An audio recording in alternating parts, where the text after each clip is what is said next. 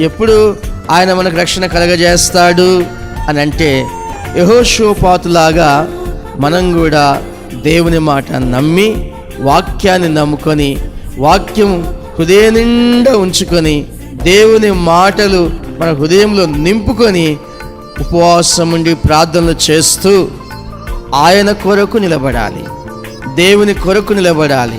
కొన్నిసార్లు దేవుని వాక్యాన్ని ఆధారం చేసుకొని నిలబడటానికి ప్రయత్నం చేసినప్పుడు శోధనలు వస్తాయి, అగ్ని లాంటి సమస్యలే వస్తాయి. అందులో నుంచి కూడా దేవుడు నిన్ను విడిపిస్తాడు. షడ్రక్ అబేద్నెగోవులని దేవుడు విడిపించేశాడు. అలాంటప్పుడు నిన్నెందుకు విడిపించాడు? దేవుని కొరకు నిలబడము అనేది ధైర్యంతో కూడుకున్నది. నువ్వు ఆ ధైర్యము చేస్తే, దేవుని కొరకు నిలబడే ధైర్యం నువ్వు చేస్తే గనక, దేవుడు నీ పక్షంగా ఉండి యుద్ధము చేయడం ప్రారంభిస్తాడు. గెలుపు నీదే, అపజయము నీ జీవితంలో ఎప్పుడు చూడలేవు. ఎందుకు అంటే ఎప్పుడు కూడా జయమే పొందుతావు. ఆయన నీ పక్షంగా ఉండి యుద్ధం చేస్తాడు.